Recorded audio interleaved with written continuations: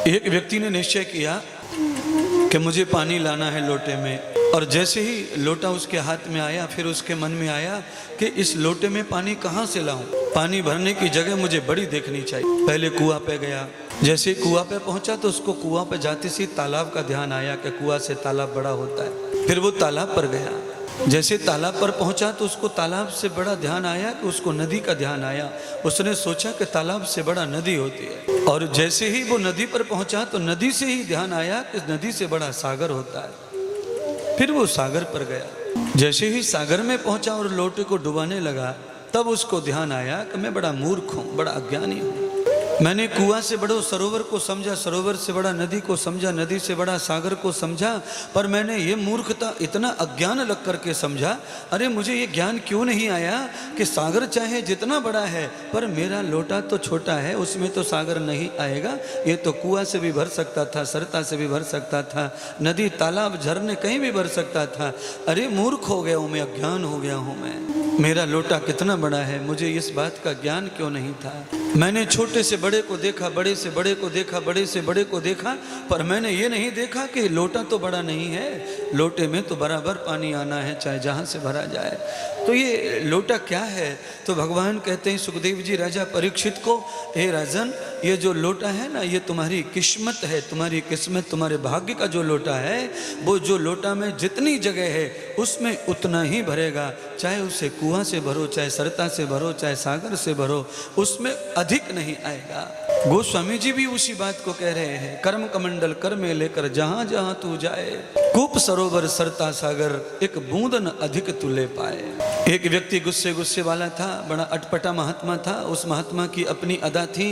उस महात्मा ने एक सत्संग में कहा कि जो भाग्य में है वो मिलेगा, उसको मिलने से किसी का बाप नहीं रोक सकता। जो भाग्य में है वो मिलेगा, उसे मिलने से किसी का बाप नहीं रोक सकता। अगर भाग्य में नहीं है तो किसी का बाप दे नहीं सकता। आपने महात्मा तुकाराम का नाम सुना होगा सबने शायद, अगर न सुना हो तो महाराष्ट्र के जो लोग हैं उन्होंने सुना होगा संत तुकाराम जी का नाम। संत तुकाराम जी को एक किसान ने अपनी खेती दे दी करने के लिए। संत तुकाराम गरीब घर के थे, मजदूर थे।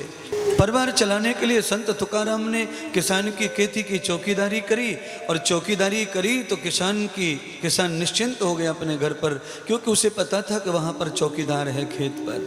पहले तो गैया आई खेत में पकी हुई फसल पर, पहले तो गैयाओं ने खाया।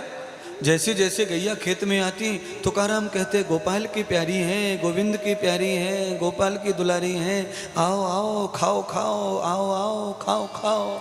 गैयाओं ने सब डंठल कर दिया। थोड़ा बहुत कहीं कोने कांथड़े में फूल पल्लियां बची, कुछ भुट्टे भाटे कुछ बचे, कुछ बाल बाल बची, तो फिर चिड़िया आने लग गई। अब जैसे चिड़िया आई तो तुकाराम जी वो भी कहने लगे, राम की खेती राम की चिड़िया, राम की खेती राम की चिड़िया, राम की खेती राम की चिड़िया। पूरा खेत डंठल कर दिया, पूरा खेत ठठोड़ा कर दिया। किसान को पता चला कि तुकाराम ने ऐसा कर दिया है। किसान खेत पर पहुंचा, तुकाराम जी के साथ में झगड़ा किया, तुमने यहाँ कर दिया, मैंने तुम्हें खेत की रखवाली के लिए रखा था, तुमने सब चरा दिया, सारा चिड़िया चुग गई, सारी गैया चुग गई। अब मैं तुम्हारा भाड़ा, तुम्हारी नौकरी कहाँ से दूंगा और मेरे बच्चे कहाँ से पालूंगा? तुमने इतना धोखा किया है। तुकाराम कहते हैं देखो नाराज होने की कोई बात नहीं है, गैया तो गोविंद की है और चिड़िया तो राम जी की है, इसमें क्या बात है? वो खा गए तो नाराज मत हो, तुम्हारे हिस्से का तुमको मिल जाएगा। किसान चिड़चिड़ा गया। किसान ने कहा एक भी बाल खेत में है नहीं तो मेरे हिस्से का कहाँ से मिल जाएगा? तू पागल हो गया है। संत तुकाराम कहते हैं तुमको मिल जाएगा, तुम इसे कटवाओ। किसान कहते हैं डंठलों को कटवा के क्या करूंगा? तो कहा तुम कटवाओ तो सही। किसान ने उन डंठलों को मजदूर लगा के कटवाया, थ्रेसर लगा करके कुटवाया।